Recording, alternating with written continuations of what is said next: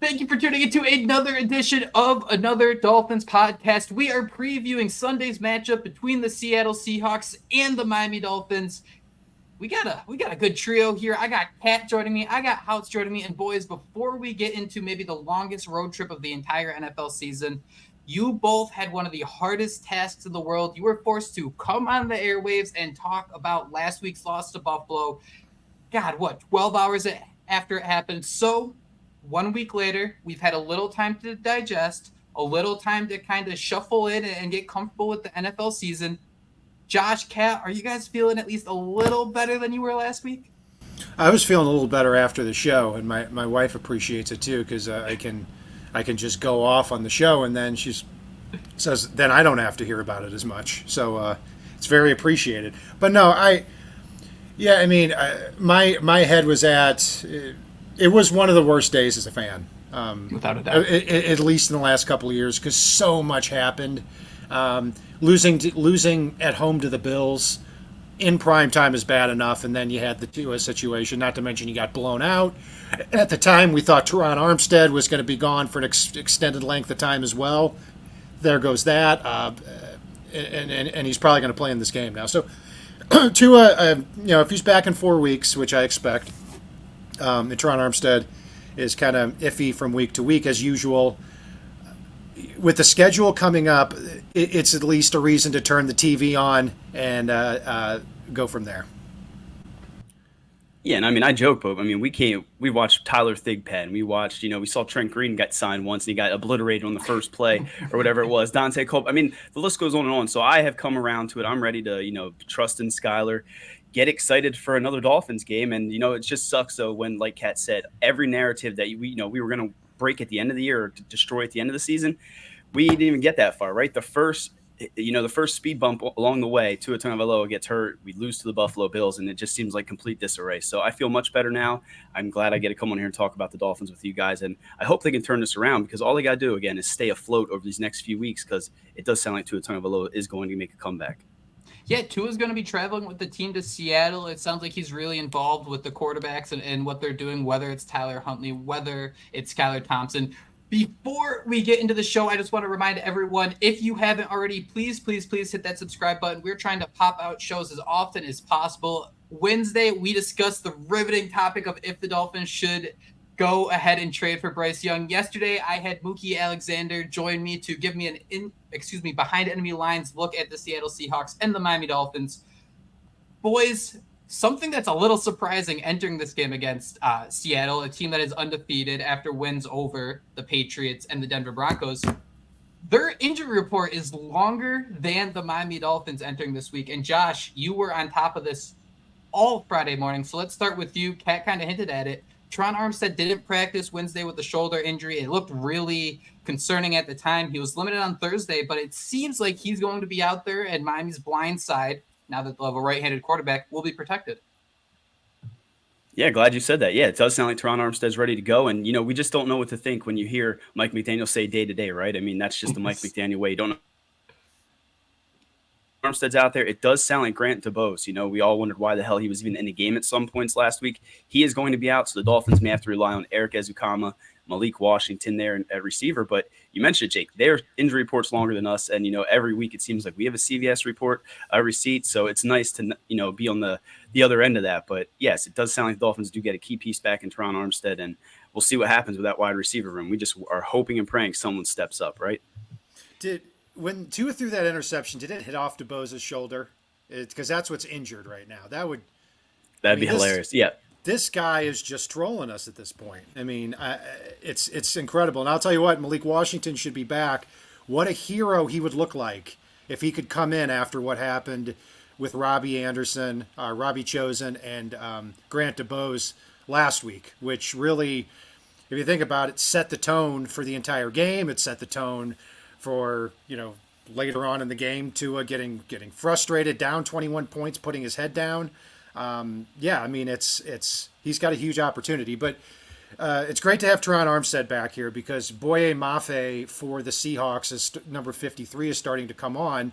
He was a second-round pick from a couple of years ago, and he was a long, raw prospect coming out of Minnesota, and he's starting to really turn it on. So that he created a lot of problems for the Patriots last week, who were terrible at offensive tackle. So if Armstead can come in, hold himself up, neutralize Boye Mafe, that's a huge deal in this game. Armstead's one of the players I'm going to be watching very closely because I don't want to fall into the trap of every week we're playing the hokey pokey with Teron Armstead where he has one arm in and one arm out. Are you guys comfortable if Teron Armstead can go out there and play 100% of snaps? I think I am. But after that, if this is a scenario where this is a lingering shoulder injury, how much do we have to see before we start, banging the table for someone like Patrick Paul to be out there? Somebody who we haven't even seen hit the field yet in the regular season.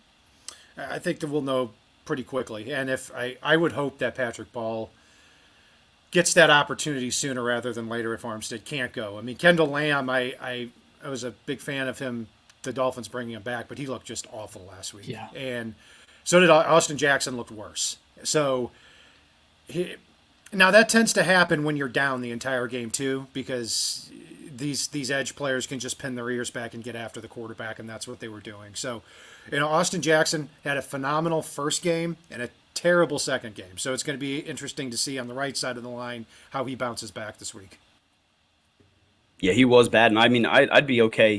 I think any week we're on Patrick Paul watch at this point with Teron Armstead. So I hope he can go out there. I hope he can, minimize, like you said, a Boye Mafe. I'd written down 7 pressures in each of his first 2 games. And half his pressures have come in under 2.5 seconds. So we know the Dolphins like to, get that ball out quick. This guy's no problem getting to the quarterback. So definitely a matchup to watch. And I feel like Teron Armstead, for as good as he is, for as, solid as he is there, he does, still have trouble handling some of these pass rushers. So that might be a big matchup there to watch for sure. Robert Jones was limited during the week, so was Liam Eichenberg, but they returned to practice. Miami's offensive line, I don't think there are any questions in terms of health. There are plenty of questions along that offensive line.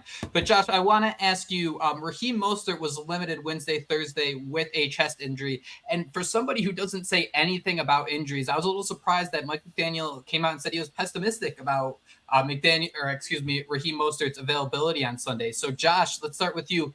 Who's leading that running back room, and are we going to see Miami actually commit to the running game, even though you don't have number 1? Before he answers that, breaking news, Raheem Mostert is not playing in this game.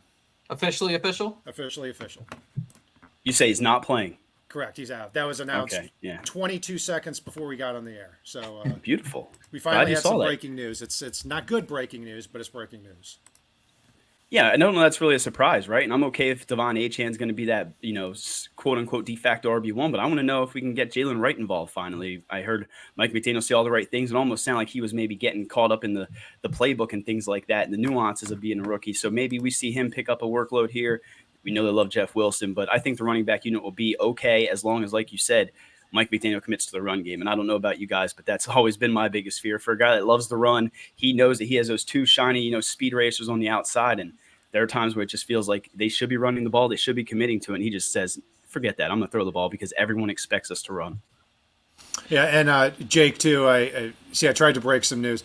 It said the report officially is he's highly unlikely to play on Sunday. So I tried to break some news. I got all excited and just couldn't read it correctly. But to go back, look, I don't want Achan touching the ball 25 times a game for the rest of the year. He's going to break. I want him fresh and I want him fast. And among many things, that's something that really irritated me in the Bills game, where toward the end of the Jaguars game, you just line up with Jeff Wilson and Alec Ingle and run the ball right down their throat. Yes. And they had the opportunity to come out against Buffalo and at least show some of those looks, slow the game down a little bit. And they didn't. They wanted to play flag football again. And surprise, surprise, it's mistake after mistake. So I hope they show more of that look, because they showed the ability to run the ball down teams' throats in the fourth quarter against the Jaguars. I hope they do that, especially with Skylar Thompson, a quarterback, to try to slow the game down a little bit. Skylar Thompson is coming in at quarterback, but the Miami Dolphins are so charged up with offensive weapons where I have such a hard time buying the idea of this team can't score points or this offense should struggle. I've had a huge issue with the lack of involvement for Tyreek Hill, the lack of involvement for Jalen Waddle. Kat, I think you hit the nail on the head. We're wondering, oh no, who's going to catch passes for the Miami Dolphins? And everyone points to Devon Achane, but I completely agree with you where the volume there is going to be such an issue. But as we look at this offense, traveling all the way to Seattle, this is a team that hasn't led for a single minute so far this season. They won against the Jaguars on a walk-off field goal. Kat, how can this team get off to a quick start against the Seahawks? How can they make Skylar Thompson feel comfortable? Because I think the key to this game, if Miami can find a way to get that quick 7, maybe even if we're lucky 10-point lead, all of a sudden the rushing attack is going to look so much cleaner. And as a result, that Seattle defense is going to get pretty confused and open up the door for some big plays.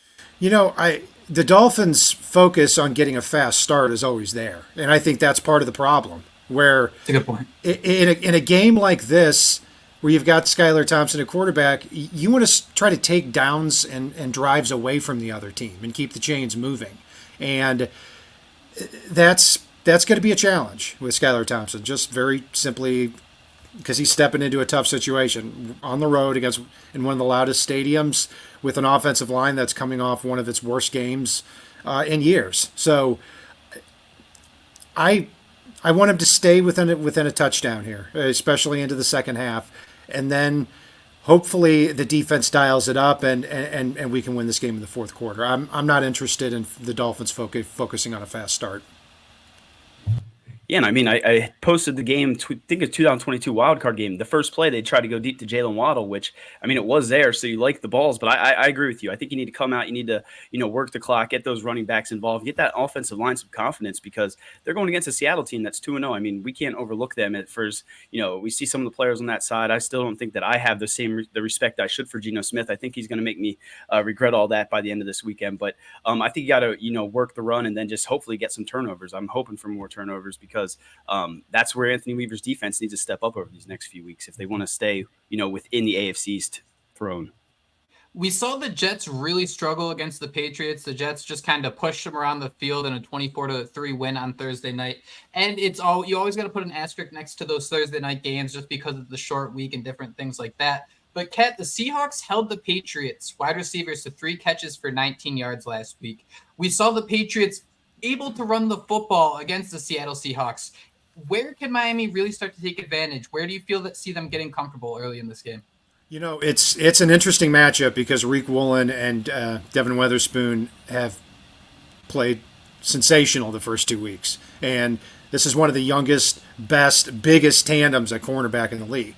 So it's going to be fascinating to see them go up against 2 players like Tyreek Hill and Jalen Waddle, who, let's face it, if the Dolphins get neutralized in that matchup with Skylar Thompson at quarterback, that's pretty much game over. I mean, the other side of it, I'm interested to see what Achane and Jonnu Smith can do against the middle of the Seahawks defense. I mean, Hunter Henry had 90-something yards, I think, in the first quarter, if not the first quarter, the first half. So they're a little bit more vulnerable over the middle. I want to see him get more and more involved, and Achane more involved in the passing game too. So that's the Dolphins have enough weapons for Skylar Thompson. The question is, does Skylar Thompson have the talent to be able to go down to Seattle and pull this one out for him? And for as much as we're desperate to see a wide receiver 3 step up, I mean, I do think that it's going to be Jonnu Smith, settling down the middle when everyone's keying in on the speedsters out back, or, even Devon Achane just being underneath. I mean, we see it time and time again, the way the Dolphins have these, these routes and concepts devised where you just have Devon Achane just chilling there, dump it off to him. He can break tackles. So definitely going to be a fascinating matchup. And I think it's, like you said, there's no reason Skylar Thompson shouldn't be able to do enough to keep this team in this game, I think. How do we feel about how this team has used Jonnu Smith through 2 weeks? I think there was a lot of talk over the offseason about his ability, especially with Yak, to really eat up opposing defenses. Week 1 against Jacksonville, and I think we also have to say, I mean, the fact that Tyreek Hill was able to deal with everything, the cop situation, go out there and play pretty well is so impressive. Jonnu Smith was also very close to getting arrested, and we saw him drop a pass. I think he deserves a pass for that, no pun intended. He caught 1 of 2 targets for 7 yards against the Jaguars, but last week he was very much involved. 7 targets, 6 receptions for only 53 yards. Guys, was that the Buffalo defense, or do you see a little more room for Jonnu Smith to break through a glass ceiling here? Yeah, I thought his first week wasn't very good, and second week got much more involved. So Yeah, I love the signing, and it's a waste of resources if you're not using this guy all over the field. He's not a blocker. He's not going to be in on those types of plays, but yeah, I mean, I'm pumped to see him in this, and I think this for a team that's so desperately needing that kind of third receiving option in the passing game, he's got to emerge as that guy, especially until Odell Beckham comes back in, and there's if Witherspoon and Reek Woolen are going to have their hands full with Hill and Waddle. There's an opportunity as you get further down the Seahawks depth chart. Yeah, we're still waiting to see this different package, right? I know Omar Kelly hinted at it. We've seen some, of the motion stuff there with Jonnu Smith, but I still think there's another layer of that to unveil. And as we saw with Skylar Thompson, when he came into that game, he was not scared to take some shots down the seam. So let them use Jonnu Smith. I'd love to see him get more involved, and I think some of us might even have him in fantasy, and we just want to see him step up. Man, that's twice I've already done that. God, we're struggling here on a Friday. Devon Achane this year, 32 carries for 120 yards. That's 3.8 yards per carry. I think we want to see that. Hell, he had more than double that last year. But I think we'll see that grow. But who do you guys want to see take over as that running back one role if Raheem Mostert can't go? Is it in Jeff Wilson we trust, or is there any chance it could be Jalen Wright stepping in and maybe be that guy to get 15, 16 carries while you can lean on Achane a little more as a receiver as well?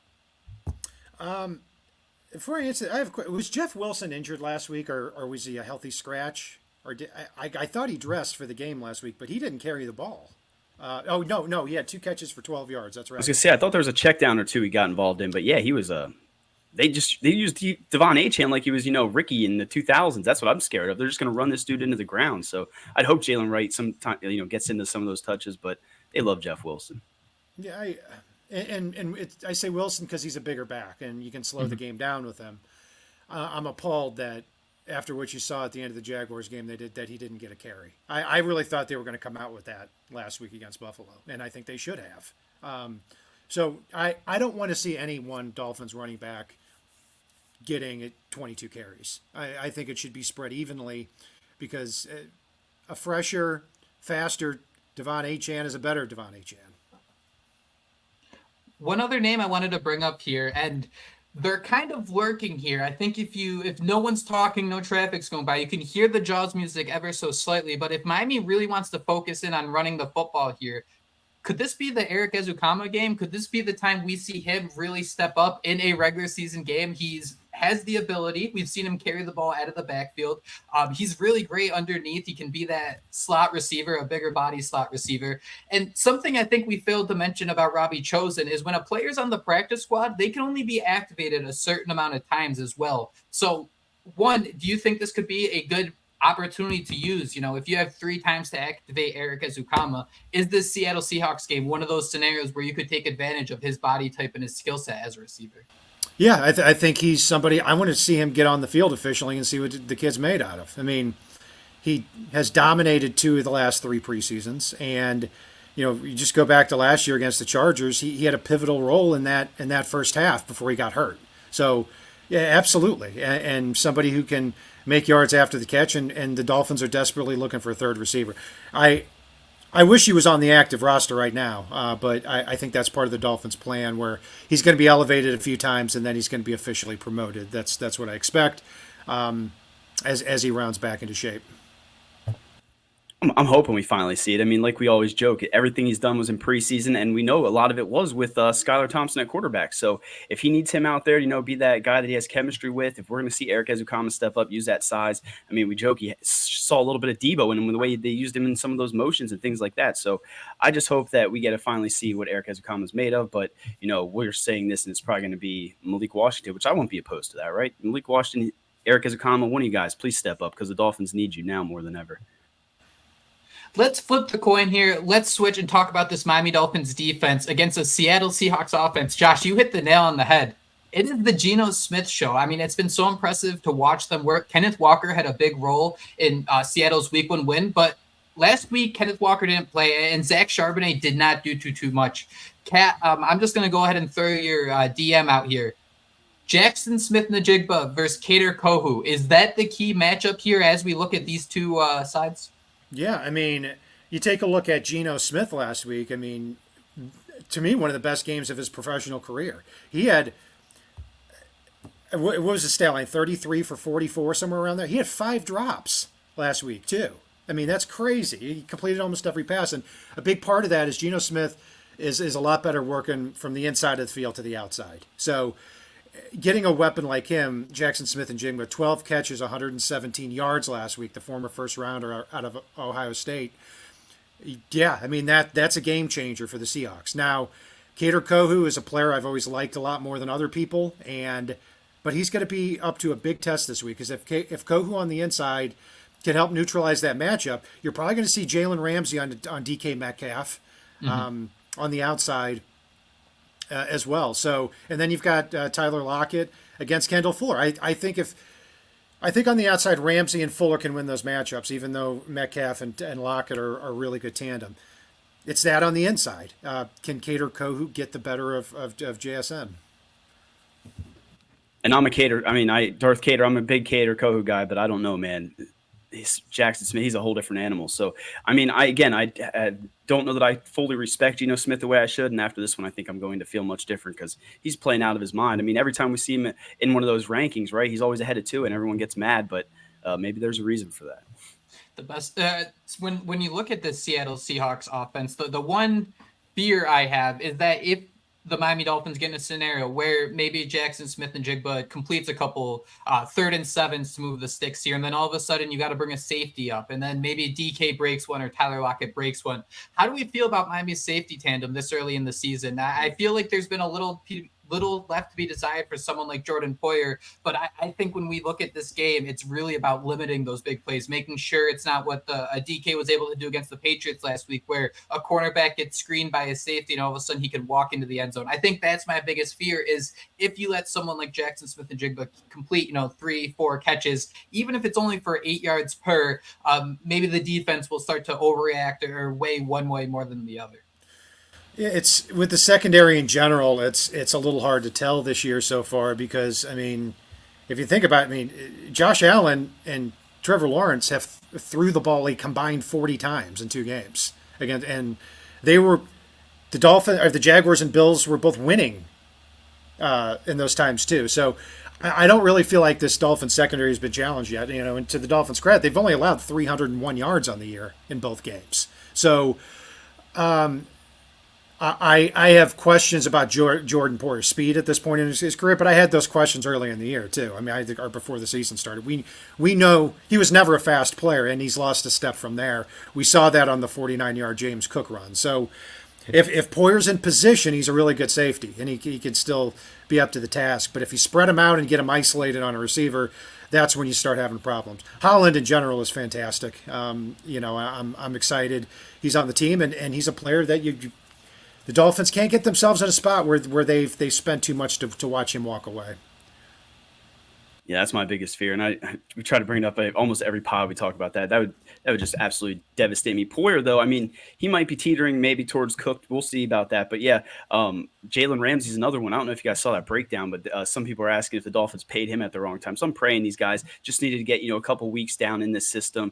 We have to remember it is Anthony Weaver's system, so.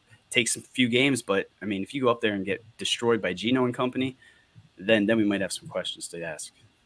What was working so well, though, not necessarily against the Dolphins defense, but for the Jags offense and the Bills offense, balance, right? You had James Cook involved, Travis Etienne before the fumble was involved. Tank Bigsby had some good plays. It doesn't look like Seattle's going to be in that situation. I really do feel confident, and famous last words, that the front of Zach Sealer, Calais Campbell, Jalen Phillips, and whatever rotation you want to throw in there on the other defensive end can do enough to limit Zach Charbonnet from being someone who has to adjust your game plan. Where do you see a scenario here that the Miami Dolphins might be able to tee off? Geno Smith's been sacked 5 times so far. That Seattle offensive line isn't great. They do a lot of moving pockets. They get him rolling out just to kind of give him a few extra seconds to find an open receiver. Is there something Miami could do there? Is that Chop Robinson's noise we're hearing? Yeah, I'm interested to see both sides of the pass rush here, because Jalen Phillips had a terrible game against the Bills. We all saw his Twitter post. I really enjoyed his Twitter post. I thought it was raw, and I think it's how NFL players are thinking. But he had a terrible game. And what I've noticed about Jalen Phillips throughout his career, I mean, just even before he came to the Dolphins, he puts a lot of pressure on himself, and he usually responds. I mean, left UCLA with the head injury, came back to Miami and became a first-round pick. He came to Miami and he had a slow start, and then he was getting criticized, and then toward the end of his rookie year, he was fantastic. Last year, I mean, he's having a great year. He tears his Achilles, and he comes back faster than anybody ever thinks. So there's a pattern of him being down and then picking himself back up. I hope the same thing happens in this game. But he is going up against former first-round pick Charles Cross, who's been sensational the first 2 games. On the other side of the line, I'm not sure if Abe Lucas is going to be back for this game or not, but it's the same thing if Stone Forsythe is there, where you're talking about oversized right tackles, and this has got to be the game that Chop Robinson breaks out here. And if he does, what a huge impact that would make. Yeah, we're all waiting for it, right? He gets so close. It almost feels a lot like Jalen Phillips, his rookie season, how close he would get and how close he would get. But he's bound to get one of those. I want to see if the Dolphins can contain the run, right? I mean, we know Geno Smith. I guess he has some ability to him, right? Still, I have fears of him from way back, like decade. We all running over to the yeah. But Kenneth Walker, I mean, he's one of the better backs in my opinion. But I think Zach Charbonnet, I liked him coming out in the draft. So I fear that I want to see how the Dolphins match up again with that run game, and if they can stop Charbonnet from making big plays, and if we can force Geno to beat us with his arm, because if you have him standing back in the pocket, that's the way, like you guys said, get pressure on him, force him to make mistakes, hopefully get a couple sacks, and we can win this one. This is Miami's last game before heading back to prime time to play the Tennessee Titans and hopefully a little revenge in week 4. Kat, it's week 3. Oh my God, I'm already triggering Josh. I'm sorry. Week 3, how close is this to a must-win game? I saw a quote from Calais Campbell that said, good teams don't lose 2 games. So, I mean, for me, I'm thinking a defensive masterclass is going to be so important. I think this defense can really generate some turnovers against Geno Smith. But do or die, how important is this game for the Dolphins? Yeah, I mean, I hope they can force some turnovers. The thing is, I think Geno Smith this year and last year has thrown 7 interceptions. So he is somebody who has gone from just a terrible quarterback with the Jets to a backup to now somebody who's a great protector of the football, and that I don't think that favors the Dolphins, because the Dolphins are and have been a mistake prone football team, and now they've got their backup quarterback in there. So, I'm blanking on your original question. Must-win game for the Dolphins? No, not yet. They'd be 1-2. First time under 500 in the Mike McDaniel era, if that happens. I tend to look at the season more in chunks of games. You need to be at this point or in this point of the season. You've got to be 3-3 at least when Tua comes back, and that's very doable, because if you win the game here against the Seahawks, then you look at the next 3 games and see Titans, you see the Patriots, and you see the Colts, and you're thinking, okay, the Dolphins can maybe go 2-1 in those 3 games. But the other side of that is if you lose to the Seahawks here, we're looking at the next 3 games thinking, I don't know if we can win any of them. Am I ignorant to think that if, Mike McDaniel's that coach that we expect him to be, and this team has the players that we think they do to, compete for the AFC East, a playoff run, they should be able to win some of these games. You mentioned 3-3. I don't see why they can't do that. I'm not necessarily sure this is a must-win game, but I did like how Mike McDaniel said, he was asked about it, and they said, we've led in this category, in this one. We just want to win. We just need to win. It doesn't matter how we do it. Go out there and win. So we know it's going to be hard traveling there. We know how good the 12th man is. We know how, good Geno's been, so it's not necessarily a must-win, but I'd love to see the Dolphins come away with this one and come back prime time against the Titans. Though that just made me quiver, Jake, because I just picture Mayo Coffee just beating us with under 2 minutes to go, and sad. Did you see that volleyball set he had in week 1? That didn't make you feel any better seeing him like duck nosing and duck diving into the ground, tossing the football. That didn't make you feel a little better. A little, but the fact that he's the one that I don't want to talk about it. We lasted 1 week in a survivor pool, so I won't ask you guys a do or die for this weekend, but I'd love to get your thoughts, and I'll actually send these in. Can I get 1 touchdown scorer for the Dolphins you're thinking could maybe surprise us this weekend? You could go Waddle or Hill if you'd like, but I'd like you guys to be a little creative here. Let's get Alec Ingold a touchdown. I like here. that. I maybe a 1 yard dive here, and I want the Dolphins to stick with what they're doing on 3rd and 4th and 1. Okay, it backfired in Monday Night Football because Robert Jones and the interior of the offensive line got blown up. Don't abandon that. Don't get spooked by that, because going back to throwing the ball on 3rd and 4th and 1 with Skylar Thompson, that's not going to work either. Yeah, I love that. I was going to say, I'm going to go with a Skylar Thompson rushing touchdown. Can I do that? I mean, that's not even something I mentioned on here, but you see the highlights of him in college. You know, he had some ability to him, so you should not be scared to let him take off when, you know, everything else is blanketed downfield. I'm going to, you know, picture one of those, you know, naked boots or something like that. Let's get Skylar Thompson a touchdown. Let's go crazy.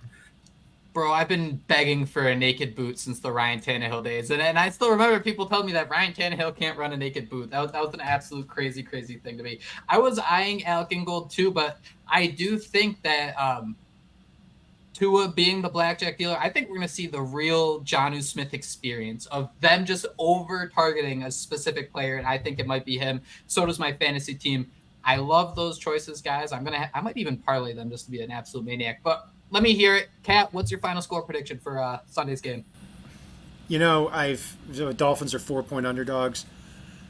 As the game's gotten closer, I look at, there's just something in me that looks at the Seahawks and says, I don't think they're a 3-0 team. So there's that part. I also cannot ignore that over the last 3 years that when Tua does not finish a football game for this team, they are 2-8. Okay? And one of the wins was a 17-9 victory over the, at the time, terrible Houston Texans team with Jacoby Brissett. And the other one was Skylar Thompson with an 11-6 win over the Jets. They've got to come out and show the ability to actually, I'm forgetting the playoff game. So they're 2-9, including the playoffs. But look, I don't see it happening in this one. The Dolphins have to prove something to us without Tua. And now the other side of it too is what I'm holding out hope for is what they call the Patrick Ewing effect, where if you remember this from like 25 years ago, I was a Knicks fan at the time. I don't like basketball anymore, but when Patrick Ewing, even though he's by far the Knicks' best player, when he was out of the lineup, the Knicks had a way of coming together and just playing that much better because they knew they didn't have Ewing. I'm looking for that type of effect here in this game. I just don't think they pull it out. I'm going 20-10 Seahawks. I mean, I never root against it. I've never predicted the Dolphins to lose, I don't think, Jacob, when we do this, because I think it's just, I don't know. I'm 23-21 Dolphins. They somehow pulled off. I did have to ask you guys, the Dolphins have lost 2 in a row to the Seattle Seahawks. Wasn't one of those, I have 12-10 written down. I think it was that Tannehill's rookie year and Wilson when like the sprinklers went off? Was that same game? Those are 2 different games. In 2012, it was Russell Wilson and Tannehill's rookie year. And the sprinkler went off. The Dolphins won a high-scoring game. I remember that one. 2016 was a terrible game. It was 12-10, and Kenny Stills dropped that 70-yard touchdown that made the difference. It hit his hand and he threw it. It was crazy. And the Dolphins were winning, got a score late and were up by a point, and then the Seahawks kicked a field goal. And then in 2020, that was the game where the Dolphins were getting blown out, and then Xavier Howard had that amazing interception in the end zone dive into the ground. And the Dolphins came all the way back, and in typical Dolphins fashion, kicked us right in the nuts all over again. I kind of want to lean into they at least cover. I like a 23-20. I was instantly going to like a 24-21, but I don't think that many touchdowns are going to be scored in this game. If it's that close, though, I absolutely love how Miami's improved their special teams unit this year. That's probably going to come back and kick me in the nuts as well when Jason Sanders misses a pooch 30-yarder. But I'm going to lean into it. We'll say 24-21 Seahawks. Let's hope the Dolphins pull it out, though. But, boys, thank you both for taking the time to join me today. Thank you all so much for listening to Another Dolphins Podcast. Go enjoy a great football weekend. We will be back with some instant reaction on Sunday night, hopefully for another Miami Dolphins victory. But until then, go have a great weekend. And most importantly, fins up. Fins up.